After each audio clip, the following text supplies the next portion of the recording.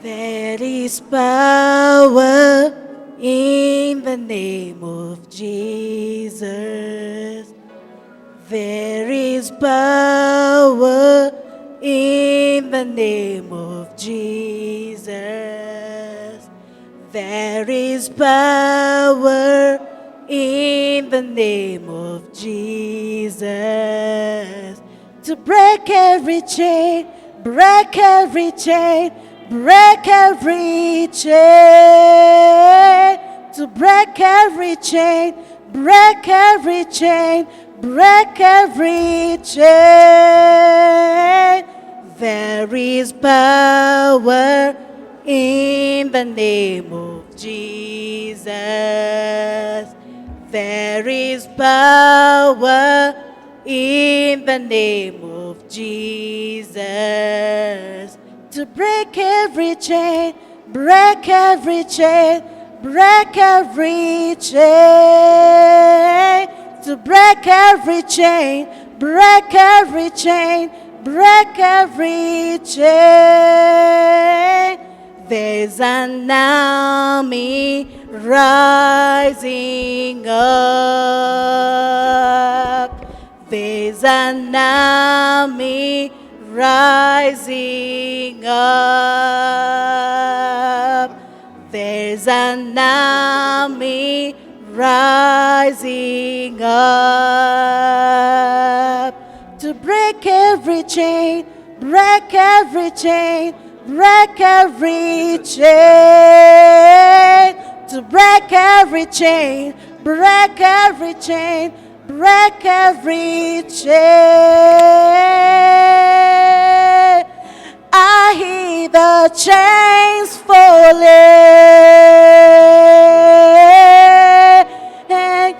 I hear the chains falling.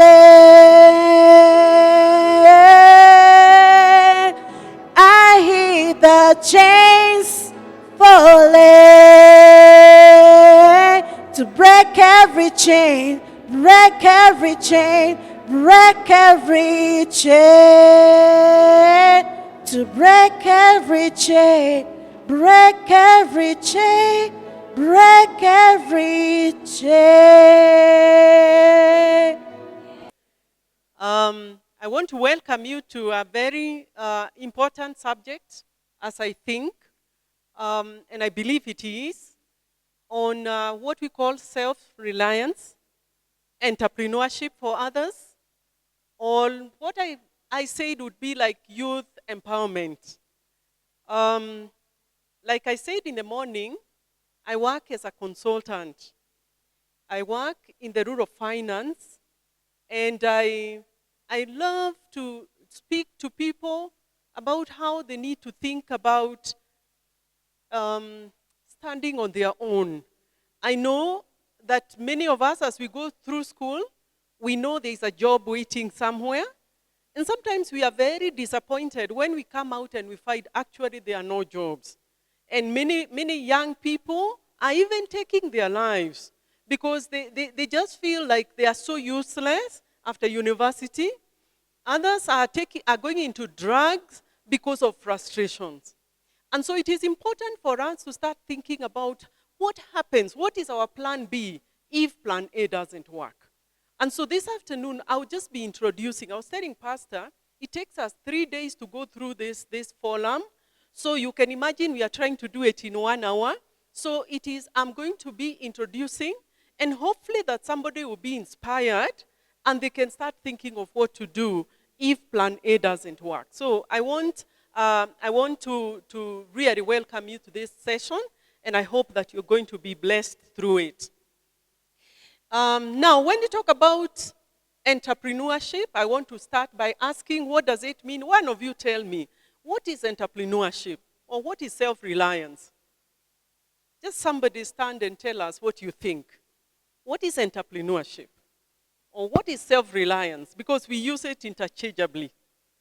What is being independent? What is it? Please, one of you stand and tell us what you think. This is not a preaching session, so you can speak to me. Somebody wants to say something? If I was in KU, they would be putting up, I think it's an entrepreneurial university. So please say something so that I know also there are entrepreneurs here. What is entrepreneurship? Yes, please.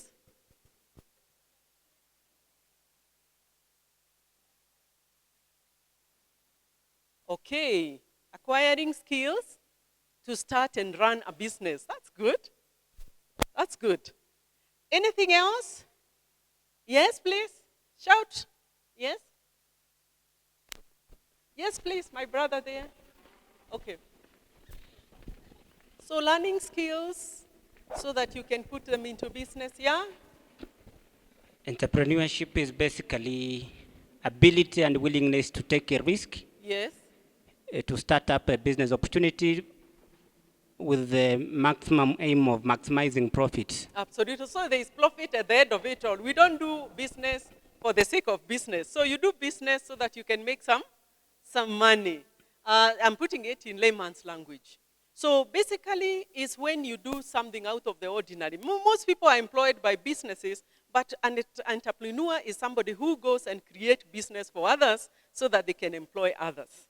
For example, when I stopped working for the banking sector, I set up a consulting firm. And I have 4 other consultants that I work with.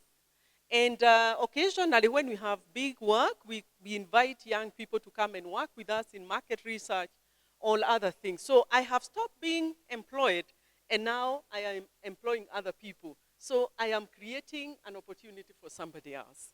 And so truly, when we talk about self-reliance, is when you depend on your own. So it's like that fish, you see that fish coming out of the mene and flying out and doing things differently.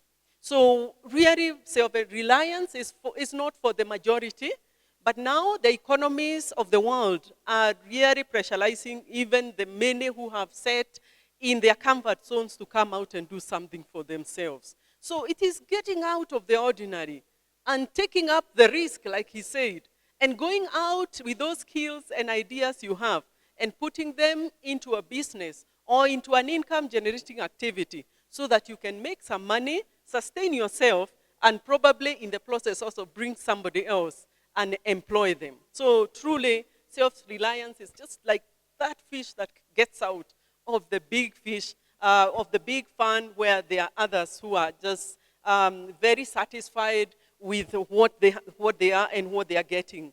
It's important for us to understand as young people, we need to start thinking self-reliance right in the university, if not even earlier. And for us who understand what it is, we try and help our children, the ones who are young, to start thinking entrepreneurship very early, so that by the time you're going out from high school to the university, you are even thinking of what to do during your university years to be able to make some little money for yourself and relieve your parents from a lot of pressure. For example, when my father was a farmer and he used to have business. And he kept on saying to us, I do not want you to be idle. So when I grew up, we did not have time wasting because you are either on the farm or you are in the shop or there is a matatu. So there was always something somebody was doing. So when I went to the university, I went to KU, the first thing I wanted to find out is what can I do in this university while I'm here? And I was doing business and economics. And I wanted to go through the different departments to see what business can come out of here. And I and a friend landed in what we used to call the Ueab unit of another department. And so we went to the Ueab department and then started learning to work with Ueab.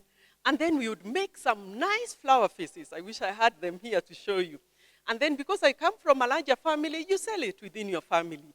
And then we used to make these lampshades and sell them again. I have 2 that I have kept to continue to remind me what I did in my youth years. So it is possible for you to do something. And then the next thing was making mats we used to make mats for prayer, those prayer mats. So instead of when everybody is rioting, because in public university there is a lot of rioting. Actually, when people riot, you are so happy. You make a little more money because you'll be able to make more mats. So we used to make mats and sell them.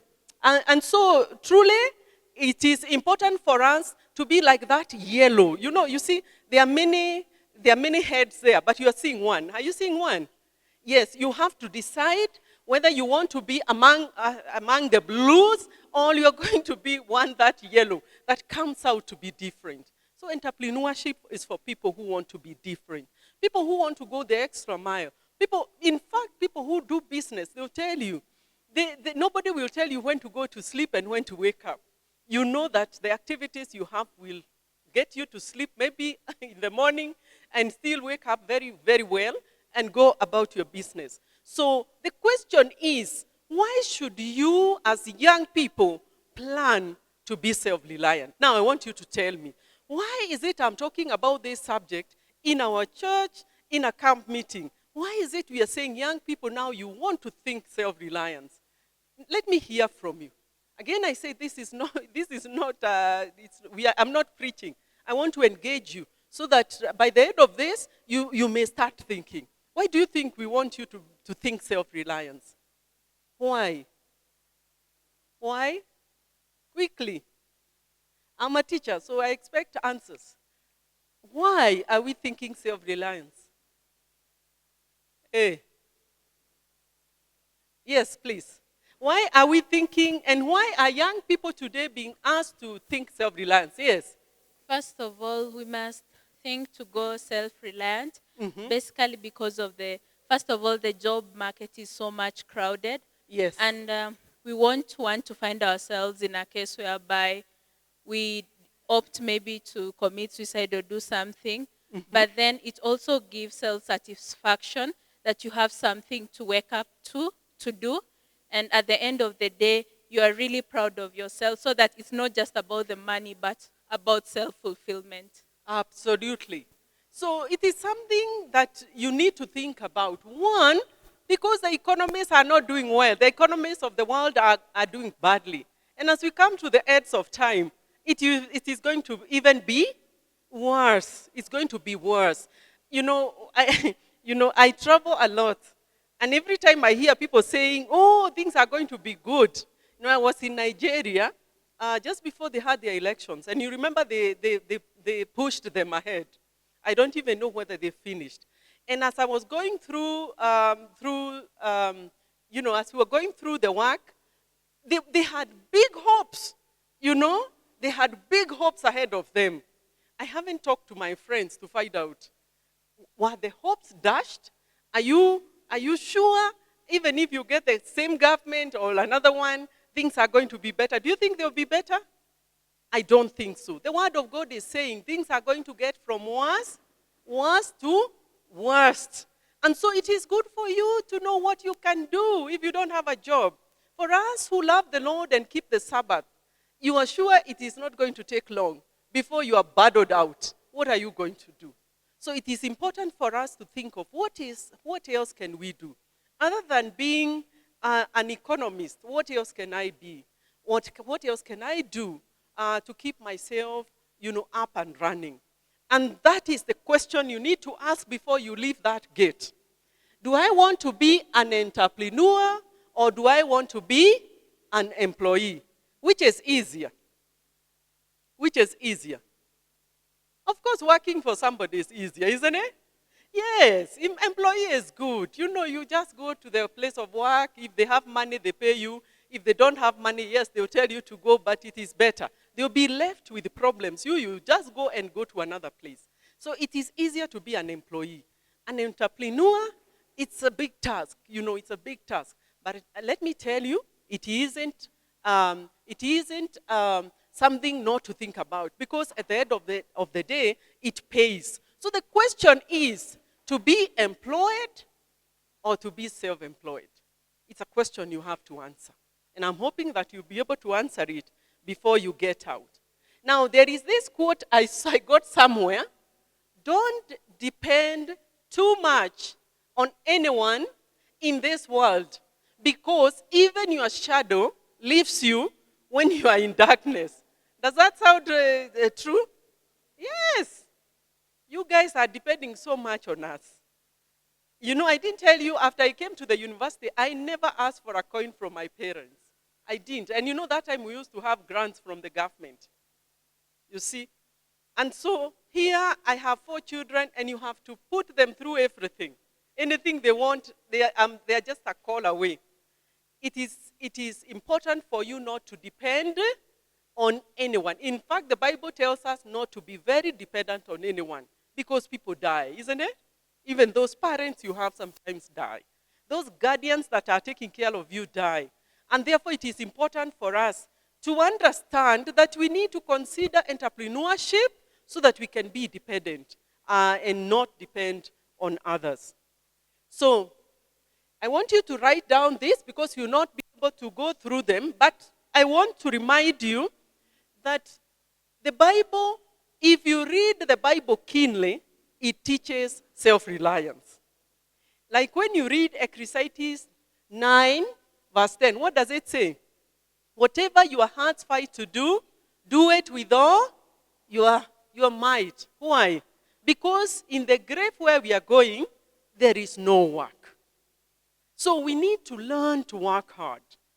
I know young people today want to work smart, but I keep on telling people you can't work smart when you do not know how to work hard. Why is our country with so many people who are so corrupt? It's because everybody wants to be smart, isn't it? But the Bible teaches us what? Smartness or hard work? It's hard work. Of course, as you work hard, you be smart. You know, you learn ways to work without repeating the same mistake. So you become perfect. So you can become smart. But first, we have to work hard. Then Proverbs 6 to 11, you know, God gives us a small animal to learn from. And this animal is called the ant. An ant, is an animal you and I need to watch. Because when you look at them, they are always in line and they are always working. They are always up to something. And you know the Bible says that during summer, they are able to put their reserves so that when they are not able to work in winter, they are sorted. And that is the way we want to be. We need to be people who work hard. Anytime we have an opportunity to work hard, let's work hard. It pays dividends. When we keep on working and working hard and working with direction, definitely we shall be able to be like the ant as the Bible and cautions us. And then Proverbs 31. Proverbs 31 is this woman who is mighty. A woman who wakes up very early. A woman who considers land and buys it. A woman, when the husband is walking around, they tell him, blessed you are. Hard-working woman. And this woman can also be that man. So it is that Proverbs 31 is not just for women. It's also for that man who is working hard. So if you look at God's word, we are reminded that we need to be men and women who work hard. That whatever our hearts fight to do, we need to do it with all our might. So let's look at, it's a text I really love. Proverbs 20:13. Do not love sleep, lest you come to poverty. Open your eyes, and you'll be satisfied with the bread. I read this to a young doctor. A young doctor came to me and said, you teach people entrepreneurship. Me, I want a class for you and me. And so we went to a hotel somewhere, and then he was asking me, what does this text mean? Open your eyes, and you'll be satisfied with bread. What do you think it means? Do you ever lack opportunities? Are there a lack of opportunities in life? Do you know many of us go through life with our eyes closed? Yes or no? Yes. We go through life with our eyes closed. And so opportunities come and go. In the University of Nairobi, last 2 weeks have not been good because the cafeteria where most of the students eat was burnt down 2 weeks ago. And so the students are having difficulties going to the near places, nearest places to go and have food because they can't afford. The nearest places would be like YMCA, YWCA, food is 200 and over, they can't afford.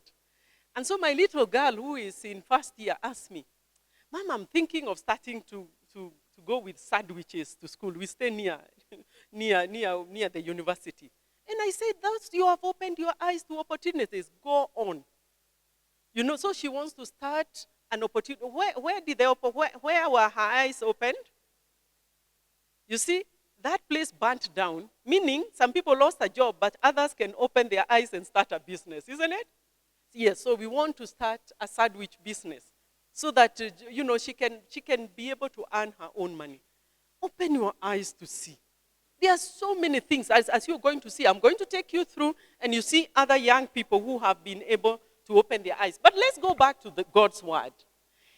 Some of the models of self-reliance, we start with Jesus. What was Jesus doing? What was Jesus doing in his earthly mission? Of course, he came to save us, but he was doing something else. He was a carpenter. If you read Ellen White of what she says, he used to smoothen those tables, smoothen them, that everyone who sees them, they are able to know this is Mr. What was the father's name? Mr. Joseph and Jesus' place. You know, if you want the best furniture, that's where you went. Jesus teaches us self-reliance. Can you imagine? Then, of course, we have the disciples. What were they before? They were fishermen. They were fishermen. They grew up as fishermen. And that's why Jesus tells them, come, I'll now make you fishers of men. And you remember when Jesus died and they were so frustrated, they wanted to go back fishing. Because that was their entrepreneur. That is the enterprise where they earned their living. Abel kept sheep. He was an entrepreneur. Self-reliance. Ruth. Ladies may say, oh, but you are just talking about men. What was Ruth doing when they went back to Israel? What was she doing? What was she doing? She used to go into the fields and glean and bring food. I'm sure any excess she sold. We don't know. But she was able to stand on her own. What about David? Music and instruments was his line. He used to be called by Saul to come and play for him. You think he was doing it for free? I don't think he was doing it for free.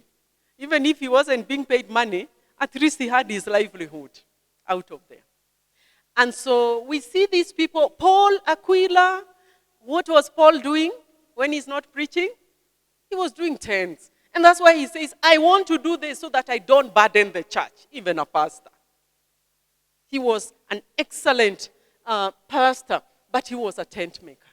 So if you look at self-reliance, it's biblical. So I am not bringing an ideology from outside and bringing it into the church. It is important for us to understand that God wants to bless us. In fact, if you look at all the friends of Jesus, all the friends of God from Abraham, what was Abraham? Who was he? What was he doing? Was he employed? What about Job? So all of God's friends were self-reliant. And so we need to think very seriously when we keep on depending on other people. So we had already answered this question, why do we need entrepreneurs? We have inadequate employment. Employment is not for everyone. And especially when you bring your faith, you are even isolated even more. Because if you are not able to work on a certain day, then somebody else can take that opportunity. And so it is important for you and me to think self-reliance.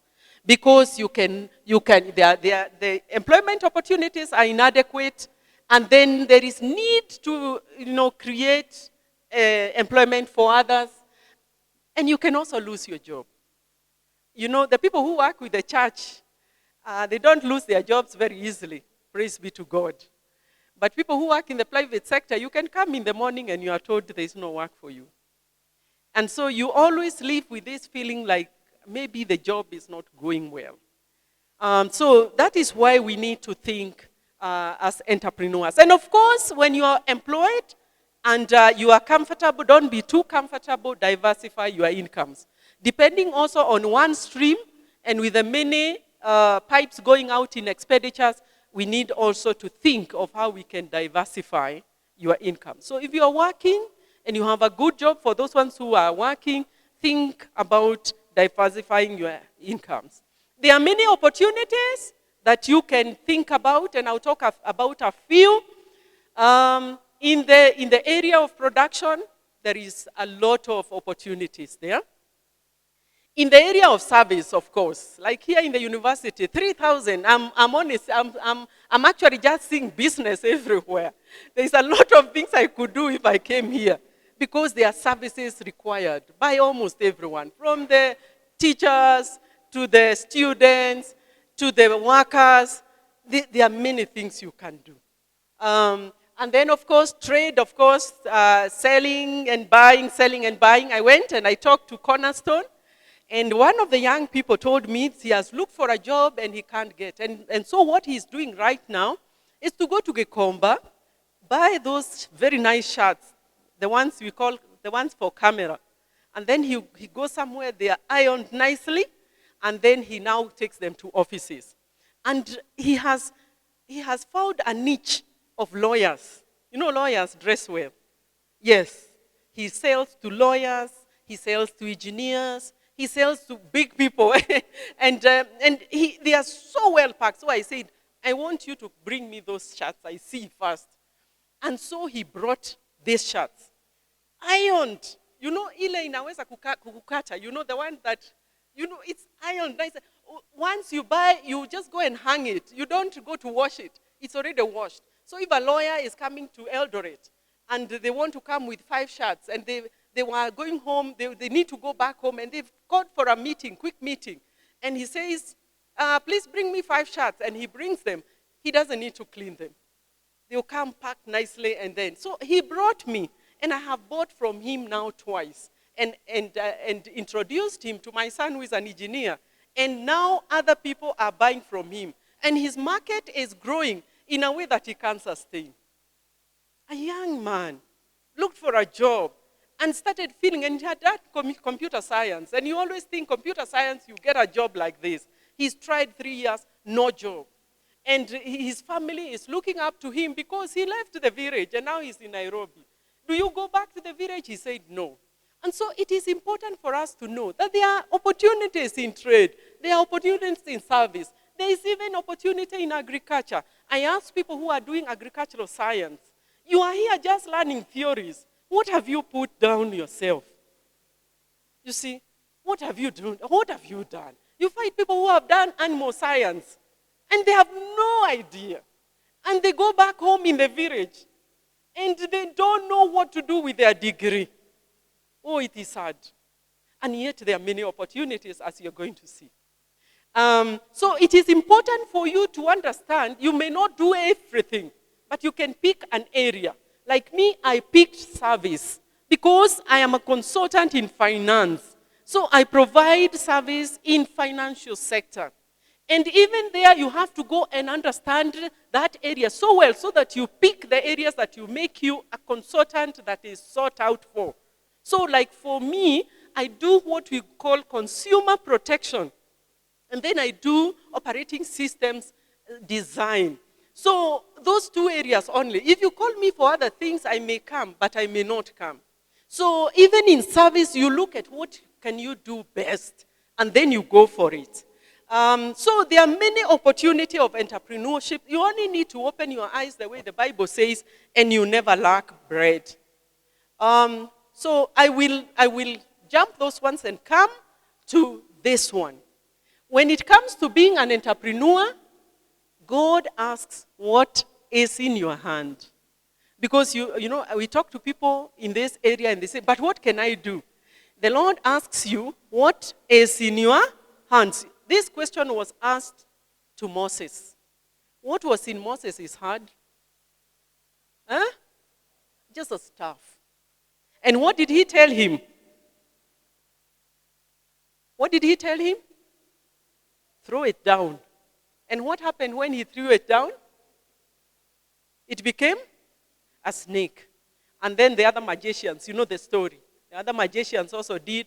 And the one for Aaron swallowed all the others. And God told them, that's the rod you're going to use. And that's the one he used. When he went to the Red Sea, what did he do? Eh? What did he do when he got to the Red Sea? When they went to Jordan River, the Lord is asking you, what is it I have given you that you can use to start the journey of self-reliance? So like for young people, what do you have time? What do you have most? You have time. Don't you have time? You have a lot of time. I don't know how your classes are structured, but I know university students have time. Some departments may be more freer than others, but generally, university students have time as a resource. What else do you have? Ideas. But many times ideas just sit there and they never come out, but you have ideas. What else do you have? Strength. You have a lot of strength. What else? Less responsibilities. You are not paying fees for anyone. Maybe. I don't think you are.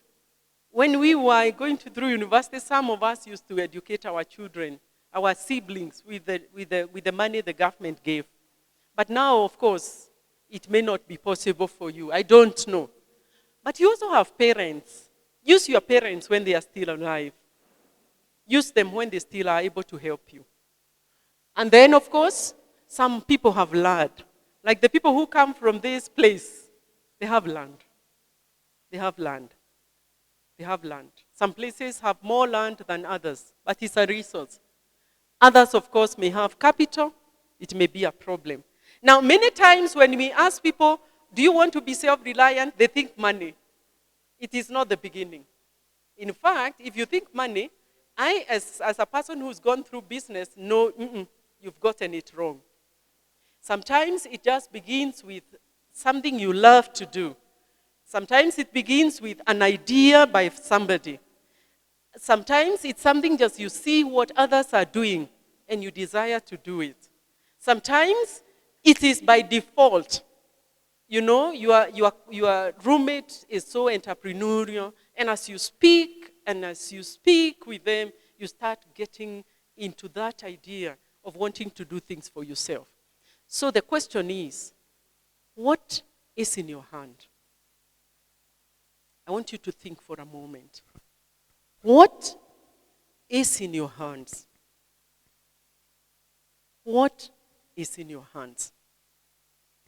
Moses only had a rod. And for 40 years, he used it.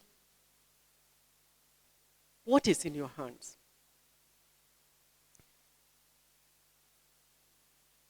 Today, you don't even need to own land.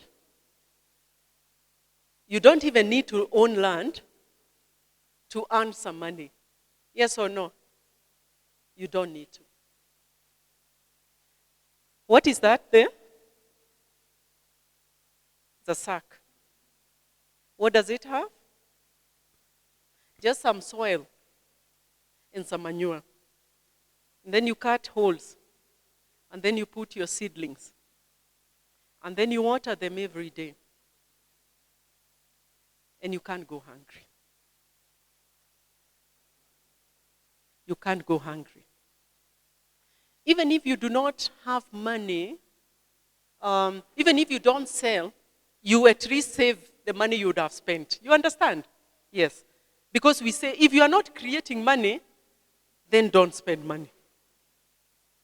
But if you are not creating and spending, then somebody is suffering on your behalf.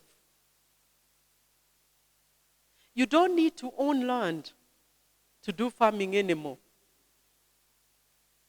You don't need to. What is in your hands? All you need is creativity and determination.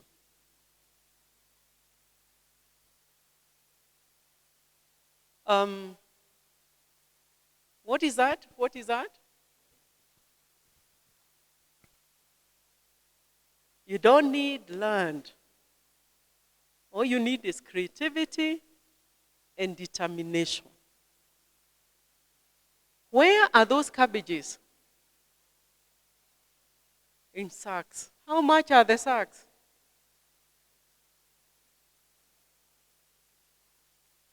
I want to demystify, we say we want to demystify entrepreneurship.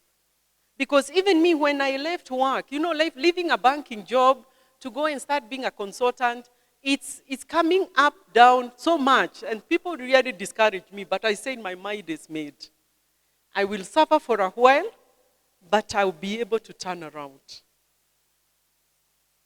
And God, I also trusted God. Of course, all this we can't do without God. So you don't need land. You don't need a lot of money to do any business. That's what I'm saying to you. Sometimes it's an idea. Sometimes it's just being inspired that you need. Last year in April, I happened to go and do some work in Swaziland. And when I went, I met this young woman who was doing some sweet potatoes. She was doing sweet potatoes on 1 acre of land, just 1 acre. And then what she did, she realized, if I do sweet potatoes alone, it will do me no good because I will not get the market. And so she organized other young women, these are young people, young women also who had small pieces of land to do some sweet potatoes. And they were able to bring a company down to where their village, a company that is doing foods for children, this baby food. And they are now encouraging them to plant even more. It began with only one young woman, influenced others, formed groups, and now they are looking for as many as they can because the market is too wide for them. What am I saying to you? Many times we think that we need many big things to do what we need to do. Sometimes it's to look around. This girl realized, I have a little piece of land because she's still with the parents. I have a place I can be able to do sweet potatoes. And those sweet potatoes now are turning into a big business. Not just for her, but for many others. And they have been able to bring down big companies, big institutions to fund them so that they can start processing. So it is possible to start very small and go places.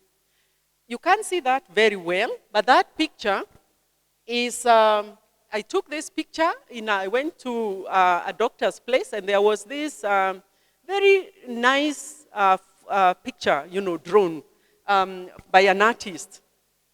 And I took it, and I brought it to my daughter, who is an artist. And I said, look, this is something you should or you can when you have free time. So she does draw, and puts her portfolio. She has now a big portfolio. And after some time, she will start now looking for places to sell. She already has some, but she wants to build until she feels she's perfected. So if you are an artist, what are you doing with that skill? Even if you are doing business and you are an artist, it is possible for you to still continue doing your art by the side. Are you listening to what I'm saying? Yes, because the Lord is asking, what is in your hand? We all don't have the same things. We don't have the same rods. We have different things. So if you are good as an artist, instead of running around here, when you have no class, sit down and start thinking, what can I do with my hand? What can I do with my mind? The Lord is going to bless your work. I came into contact with this young man who is doing strawberries in Kikuyu. He also finished school, and he couldn't get work. And the parents were so depressed because they were looking up to him as the person who is going to get them out of poverty. And this young man was so frustrated. And so he decided, I'm not going to be frustrated. So he went to the showground. He went to the agricultural show and went, and somehow in his, going to various stands, he went to this stand of a person who was showing people how to grow strawberries. And he learned. And he looked for 2,000. You go back, you go to his farm, and he shows you pay 2,000, and then you learn how to do it. And then again, I told you, you don't need land today to do agriculture. You don't need land. And so he started growing around their house. They are in a rented place. So he was just putting those things around their house. By all the compound is just strawberries. And today, as we talk, he earns two streams of income. One, he makes about 70,000 shillings every month from strawberries. And then, because he's a bright guy, he has started a consultancy. So he trains people. So like now, if you want to be trained, you just go to him. He trains you, you pay him 5,000, you pay him 2,000. And so from that stream of income, he's also making some money.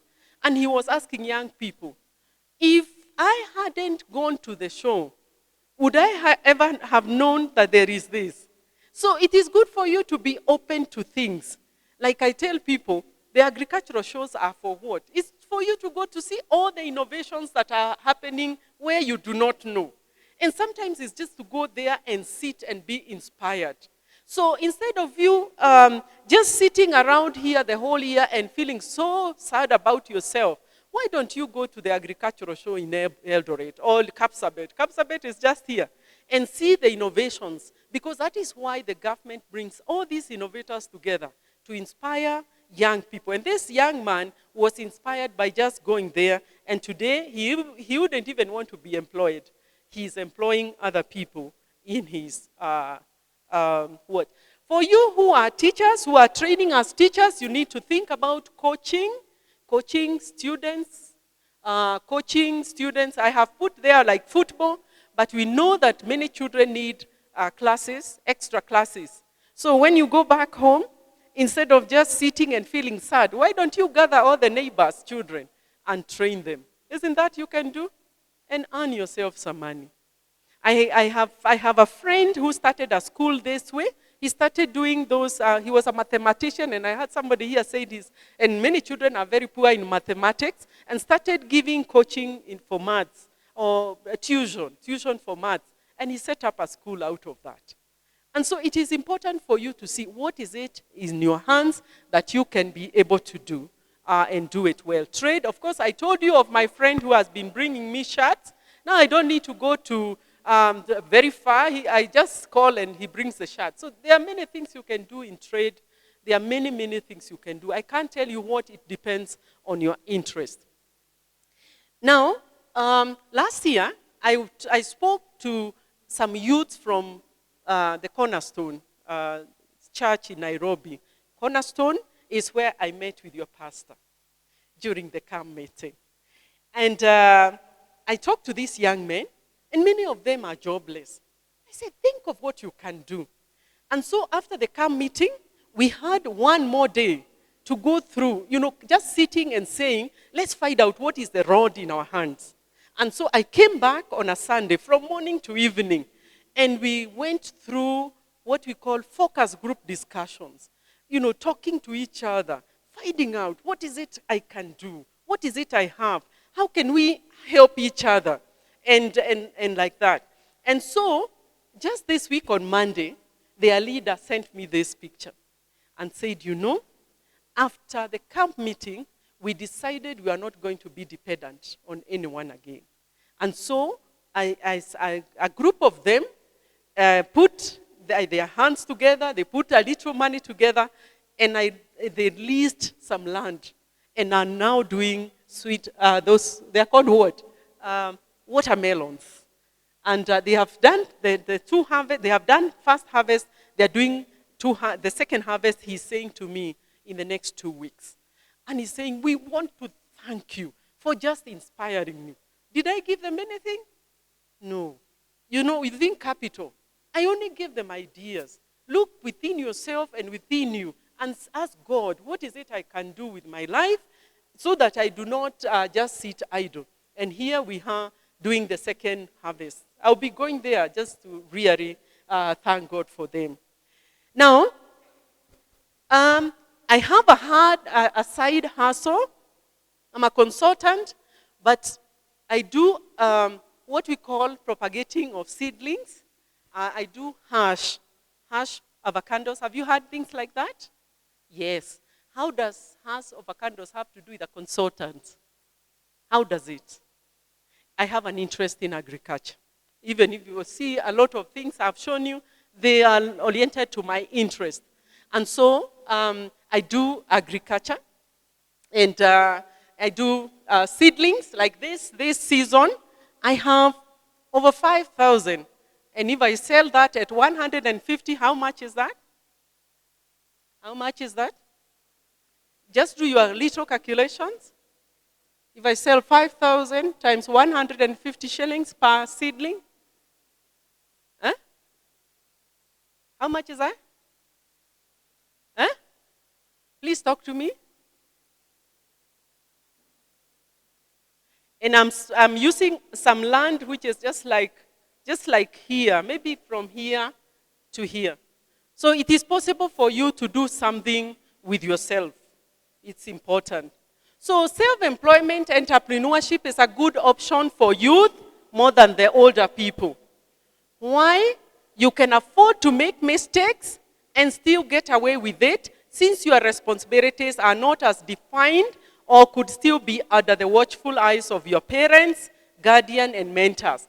So if you have an idea, develop it, research on it thoroughly, and if convinced it makes business sense, go for it. That's what I would want to say.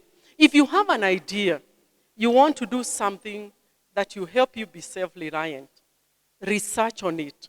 In business, we start with the market. Who is going to buy this thing, or who is going to use this thing? And then you go back, you work backwards. So you look at the market, and then you look at what you can do, and then go for it. What makes people not go for business is because they are so afraid of failing. The truth of the matter is, it is better to fail trying than not trying at all. All successful business people will tell you they have had more failed businesses than the successful ones you see. So you will not be the first, nor are you going to be the last. The best way to know how to swim is to enter the swimming pool and actually swim or drown. The best way to swim is to know how to swim. You go in, you either drown, sometimes you drown money, sometimes you drown your ideas, but the truth of the matter is, as you fail once, you will succeed in another one. So I want to leave it there. I can't do more than just really introducing this subject. I don't know whether I have even, my time is over, I think, but maybe allow for just one question and then we leave. Yes.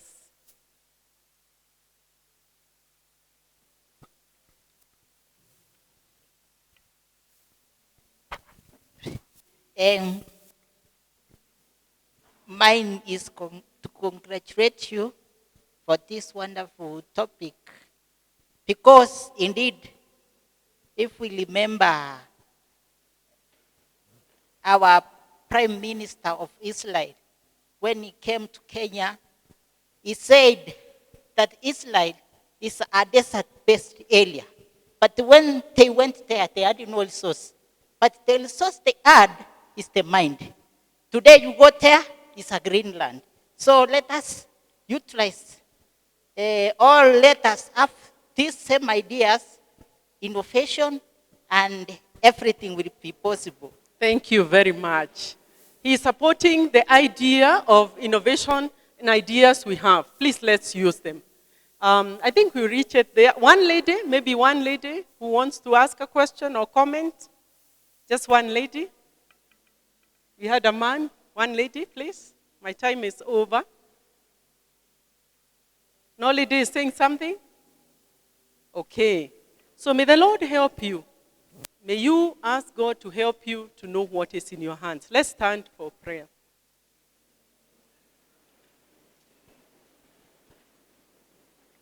Father, Lord, in Jesus' name, we want to thank you for an opportunity to listen to you. Reveal to us that you want us to be self-reliant and you are willing to help us. Help us to identify what it is you have put in our hands and use it for your glory. So that, Lord, we may not be dependent on anyone. For your word tells us not to put our trust in men, but to be able, Lord, to trust you. I pray for the young people here who have ideas, that they'll sit and ask you to help them through those ideas so that they can put them into action. And Lord, bless the work that they are going to do with their hands. We thank you and we bless your name, for this is my prayer in Jesus' name.